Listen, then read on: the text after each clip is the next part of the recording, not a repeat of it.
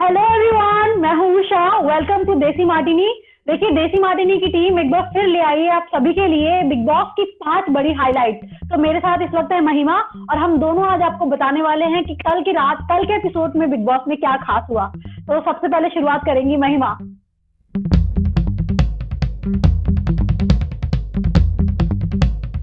तो उषा, सबसे पहले तो रुबीना दिलेक जो इतने टाइम से कुकिंग की ड्यूटी संभाल रही हैं, अभिनव शुक्ला भी संभाल रहे हैं, उन्होंने आके किचन में बोला कि देखो ऐसा है, अब हम कुछ ही लोग बचे हैं घर के अंदर और 4 दिन बचे हैं फिनाले को, तो अब ड्यूटीज छोड़ के मोनोटनी ब्रेक करते हैं और एकदम फ्री विल से काम करेंगे। यानी मुझे जो खाना है मैं बनाऊंगी, वॉशरूम जाके मैं अपने पीछे साफ करके आऊंगी वॉशरूम, लेकिन ऐसा मैं ड्यूटी अब करने नहीं वाली हूँ क्योंकि मैं रूटीन अब तोड़ना चाहती हूँ। Everybody was against it. Abhinav Shukla, उनके हस्बैंड, खुद इसके अगेंस्ट थे, तो उन्होंने कहा ठीक है रूबी, तुझे जो करना है तू कर, हम लोग फिर देख लेते हैं, हमारे हिसाब से हम ड्यूटीज कर लेंगे। तो ये काफी बड़ी चर्चा बन गई थी। और एक्चुअली रुबीना ना लीडरशिप मामले में और डिसीजन रखने के मामले में काफी एक्टिव रहती है, बेशक वो गलत हो या सही हो, बट रुबीना का एक अपना एक अलग पॉइंट ऑफ व्यू होता है जो मुझे बहुत अच्छा लगता है। तो मेरे पास बहुत ही इंटरेस्टिंग पॉइंट है, मेरे पास वो है जैस्मीन और एजाज का पॉइंट। जैस्मीन और एजाज की जो लड़ाई अभी तक चलती आई है, पहले की लड़ाई में ना बहुत मजा आता था, जैस्मीन जैसे अपने मुद्दे रखती थी और कभी कभी हमें लगता था कि एजाज बहुत ज्यादा डोमिनेट कर रहे हैं उसको, या बहुत ज्यादा अपना हक जता रहे हैं, सीनियरिटी दिखा रहे हैं। लेकिन अभी अब तुम पिछले कुछ एपिसोड देखोगी तो जैस्मीन तुम्हें अलग ही नजर आएगी।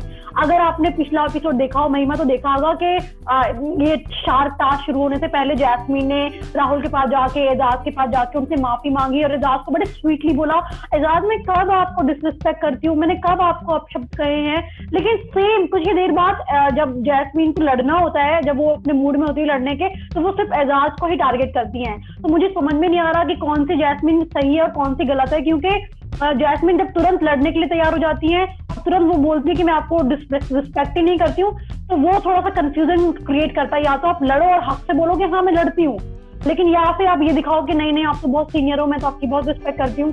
तो ये जैस्मीन का जो डबल वार है, डबल तरीके से वो खेल रही हैं, और एक्चुअली वो सबको बोलती हैं, स्पेशली रुबीना को, कि वो मुखौटा लेके चल रही है। लेकिन मेरे लिए जैस्मीन से बड़ा मुखौटा किसी ने नहीं लगा रखा है। तो इसके बाद बिग बॉस ने सोचा कि क्यों ना शार्क बोट टास्क जो हो रहा था फिनाले से पहले, उसको दोबारा शुरू करें। तो इसमें सारे कंटेस्टेंट्स को एक बोट के अराउंड खड़ा होना था और बजर बजते ही अंदर कूदना था।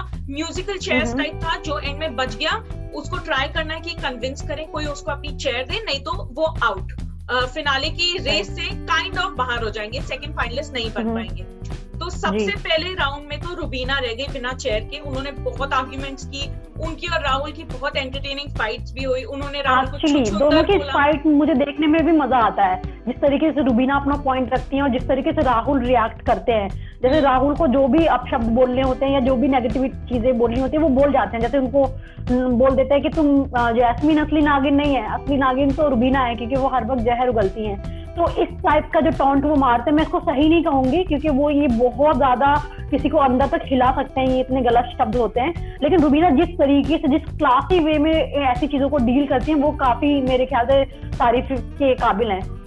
बट आई थिंक इनकी आर्ग्यूमेंट्स होती बहुत एंटरटेनिंग है, क्योंकि कल ही रुबीना ने राहुल को बुलाया छुछुंदर, तो राहुल ने उन्हें बुलाया सफेद बंदरिया। इसके बाद एंड में रुबीना आउट हो गई फर्स्ट राउंड से, और सेकंड राउंड की स्टार्टिंग में राहुल को चोट लग गई, तो वो हो गए आउट सेकंड राउंड से। लेकिन क्योंकि राहुल को जब चोट लगी, रुबीना उनके लिए आइस पैक लेके आई और उन्होंने एक टॉन्ट दिया, तो वही राहुल ने उठा के फेंक दिया आइस पैक कि तुमने मुझे टॉन्ट कैसे कर दिया। हाँ, मेरे पास अगेन जैस्मीन है। अब लोग ये समझेंगे मैं जैस्मीन को टारगेट कर रही हूँ, हो सकता है कि मैं कर रही हूँ, क्योंकि वो अपना उनका गेम बिल्कुल उनका पलट चुका है। तो मुझे वो, क्योंकि वो मुझे बहुत पसंद थी इनिशियल डेज में, बट अब मुझे वो नहीं पसंद। तो मुझे वो खल रही है कि वो क्यों ऐसा रिएक्ट कर रही है, वो क्यों ऐसी बन रही है। तो जैस्मीन और अभिनव अभी तक के सबसे अच्छे दोस्त माने जाते हैं। लेकिन अगर आप टास्क देखें, कल शार्क वाला टास्क देखें, तो उसमें आप देख पाएंगे कि जैस्मीन गेम के अंदर होने के बावजूद वो किस तरीके से अभिनव से लड़ती हैं, जबकि वो उन्हें सबसे अच्छा अपना दोस्त बताती हैं। तो जब आप किसी को सबसे अच्छा दोस्त मानती हैं और आप उन्हीं से लड़ने के लिए तैयार रहती हैं, उन्हीं पे गलत एलिगेशन लगाती हैं, उन्हीं को उनकी पत्नी के अगेंस्ट करती हैं, तो ये आपका कौन सा गेम है? मतलब मुझे समझने में प्रॉब्लम हो रही है अब जैस्मिन को, कि वो गेम के टाइम पे बिल्कुल बदल जाती हैं, बिल्कुल नेगेटिव दिखने लग जाती है। एक वो होता है ना स्वीट नेगेटिव बनना, तो जैस्मिन कहीं ना कहीं मुझे वो लगने लगी है। तो आई होप कि वो कुछ ही दिनों में अपना गेम थोड़ा सा इम्प्रूव कर ले और वो पहली वाली अपनी पर्सनैलिटी में वापस आ जाए, क्योंकि ये जैस्मिन किसी को पसंद नहीं आएगी। तो इस राउंड में फिर हुई जैस्मिन आउट और फिर सेकंड फाइनलिस्ट बनने की रेस में बचे थे अभिनव और निकी, और ये दोनों तो जब भी भिड़ते हैं तो मतलब एकदम मजा आ जाता है। तो कल भी वही हुआ रात को। कूद के अभिनव बैठ गए थे चेयर के ऊपर बजर बजते ही, तो निकी ने बड़ी शांति से बोला चलो बातें करते हैं, मैं तुम्हें कन्विंस करती हूँ। जब वो कन्विंस नहीं हुए, एक दो बातों के बाद निकी ने कहा मैं डेस्परेट हूँ जीतने के लिए, अभिनव ने कहा मैं मोटिवेटेड हूँ। तो फिर निकी ने कहा चलो नाउ लेट्स प्ले। उन्होंने बहुत ट्राई की कि बिना अभिनव को टच करे, सिर्फ चेयर को टच करके वो चेयर लेने की कोशिश कर रही थी, बट अभिनव टच से मस नहीं हुए। निकी के पॉकेट में चिली पाउडर भी था लेकिन उन्होंने नहीं निकाला। तो ये चीज मुझे बहुत ही प्यारी सी लगी निकी के बारे में। आई थिंक ये प्यार ही नहीं कह सकते, ये निकी ने यहाँ पर बहुत माइंड गेम खेला है। उसको पता था कि इसमें आप क्या कर सकते हो और क्या नहीं कर सकते हो, और वो किसके साथ करना चाहेगी। उसको पता है कि यहाँ पर अभिनव बहुत फेयर खेल रहे हैं, अगर वो अनफेयर होती तो वो ऑडियंस के सामने बुरी बन जाती। तो उसने ये स्वीट गेम नहीं खेला है, उसने बिल्कुल दिमाग लगाया है अपना कि यहाँ पर इस चीज की जरूरत नहीं है। आई थिंक वो उसने सही अपने लिए सही स्टेप उठाया है। बाकियों के लिए वो मुझे नहीं लगता इतनी सही साबित होगी। लेकिन यहाँ पर मैं निक्की की स्पिरिट की बहुत तारीफ करूंगी, क्योंकि निक्की जिस तरीके से टास्क परफॉर्म करती है, मुझे नहीं लगता कोई लड़का भी इतने अच्छे से टास्क परफॉर्म करता है। आप चाहे वो वाला टास्क आपको याद होगा जब एक ट्राइंगल पकड़ना था हाथों में और निक्की नैना के लिए खड़ी हुई थी, उसके अलावा जितने भी बुलडोजर वाला टास्क ले लो, मेरे अंगने में टास्क ले लो, तो Nikki the most active person in the house. वो कोई सा भी टास्क उनको दे दो, वो जी जान लगा देती हैं कि मुझे ये टास्क कैसे भी करके जीतना है, चाहे वो बेशक नेगेटिव बन जाए। लेकिन यहाँ पर वो नेगेटिविटी उन्होंने दिखाई नहीं। उसका एक रीजन ये भी है कि तुम्हें वो याद होगा जब राहुल और ये निक्की एक बजर वाले टास्क में बैठे थे और निक्की ने कुछ पॉकेट में अपने डाल दिया था, वो जो छीनने वाली चीज थी, तो यहाँ पर निक्की बहुत नेगेटिव बन गई थी। और सलमान खान ने खुद ये कह दिया था उनको कि आपकी इज्जत आपके हाथों में है। तो यहाँ पर अगर निक्की चिली पाउडर निकाल के अनफेयर खेलने की कोशिश करती तो वो ऑडियंस के सामने इस पीक टाइम पे बुरी बन जाती, जो उन्होंने नहीं किया। तो ये आई थिंक उनका माइंड गेम था, उन्होंने बिल्कुल सही और बिल्कुल सटीक डिसीजन लिया।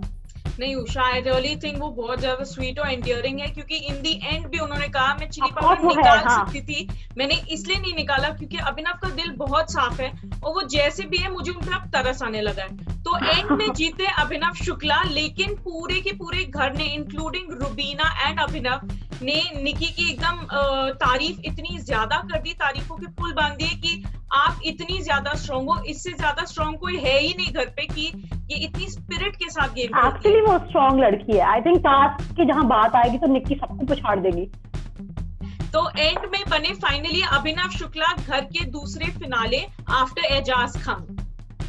आई थिंक ये बहुत मजेदार होने वाला है, क्योंकि हमने एक्सपेक्ट कुछ और किया था और कुछ और रिजल्ट सामने आया। लोग समझते थे कि अभिनव बहुत कमजोर है, लेकिन वो तो वही फाइनलिस्ट बन गए। तो जाने वाली पार्टी अब कौन सी है, तो ये देखने में मजा आने वाला है। और जब मतलब मुझे लगता है कि अगला जो एपिसोड होगा वो काफी धमाकेदार होगा, क्योंकि ये जानने में मजा आएगा कि तीसरा फाइनलिस्ट कौन है।